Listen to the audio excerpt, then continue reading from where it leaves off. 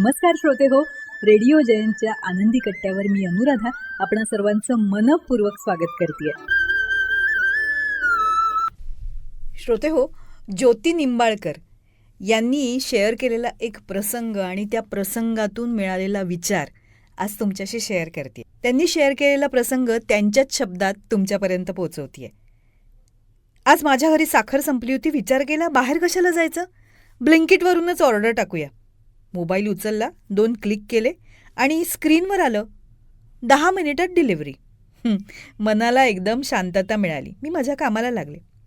पण हेच ते 10 मिनिटं आज आपल्या सगळ्यांना याची सवय लागली आहे. एक बटन दाबायचं आणि समोरचा माणूस नाही, जणू एखादी मशीनच काम करते असं गृहीत धरायचं. वेळेत आलं तर ठीक, नाहीतर 2-4 मिनिटं उशीर झाला तर राग, तक्रार, कधी ऑर्डर कॅन्सलसुद्धा. आजही दारावर टकटक झाली. थोडा उशीरच झाला होता. दार उघडलं तर समोर एक मुलगा उभा. वय फारसं नव्हतं, पण चेहऱ्यावर जबाबदाऱ्यांच्या रेषा दिसत होत्या. श्वास जोरात सुरू होता, हात किंचित थरथरत होते आणि डोळे जणू खूप काही सांगायचं होतं. सामान घेतलं, पण का कुणास ठाऊक तोंडातून एवढंच निघालं, सगळं ठीक आहे ना, तुम्ही खूप टेन्शनमध्ये दिसताय. आणि तिथेच त्याचा संयम तुटला. डोळ्यांमधनं अश्रू व्हायला लागले.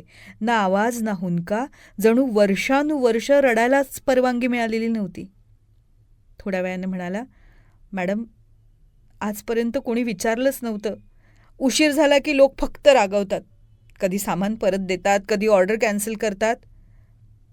तो थांबला. श्वास सावरला त्यानं आणि अगदी हळू आवाजात म्हणाला, माझी बायको हॉस्पिटलमध्ये आहे, आज त्याची डिलिव्हरी आहे, फोन येतोय, लवकर ये म्हणतात. जणू वेळच थांबला. माझ्यासमोर डिलिव्हरी बॉय नव्हता, माझ्यासमोर एक नवरा उभा होता जो आता बाबा होणार होता. तो पुढे म्हणाला, रस्त्यातच हॉस्पिटल लागतं ना, एकदा पाहून येऊ म्हणालो, फक्त एक क्षण. पण त्याच क्षणात उशीर झाला. त्याला अपराधी वाटत होतं, जणू काही गुन्हाच केला असं. पण खरं तर तो गुन्हेगार नव्हता, तो मजबूर होता.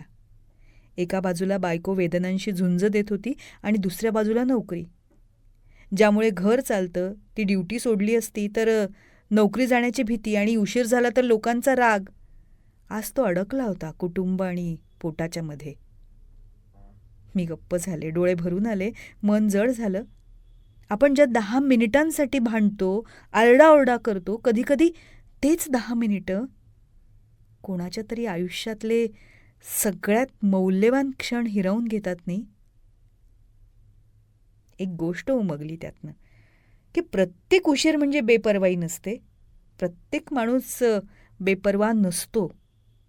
काही लोक गप्पच आपल्या आनंदाचा, आपल्या अश्रूंचा, आपल्या स्वप्नांचा बळी इतरांच्या सोयीसाठी देत असतात.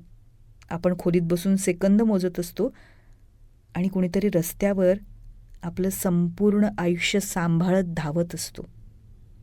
म्हणून मंडळी, एक छोटीशी विनंती, इथून पुढे कुठल्याही डिलिव्हरी बॉयला यायला उशीर झाला तर रागावण्याआधी फक्त एकदा विचारा, सगळं ठीक आहे ना. कदाचित समोर उभा असलेला माणूस कुणाचा नवरा असेल, कुणाचा बाबा असेल, कुणाचा मुलगा असेल, जो जबाबदाऱ्यांच्या ओझ्याखाली दबलेला फक्त थोडीशी माणुसकी शोधत असेल. कारण आपण ग्राहक आहोत, पण तोही आपल्यासारखा माणूस आहे. म्हणूनच माणूस आधी, सोय नंतर. काय पटतंय का? तेव्हा श्रोते हो, हा होता आनंदी कट्ट्यावरचा आजचा सुंदर विचार. तुम्हाला तो कसा वाटला याविषयीची तुमची कमेंट बॉक्समध्ये नक्की लिहा. आणि त्याचबरोबर रेडिओ जयंतचे दर्जेदार कार्यक्रम ऐकण्यासाठी रेडिओ जयंत लाईक करा, शेअर करा आणि सबस्क्राईब करा. रेडिओ जयंतचं सबस्क्रिप्शन फ्री आहे. आणि त्याचबरोबर नोटिफिकेशनसाठी बेल आयकॉनवर क्लिक करायला सुद्धा विसरू नका.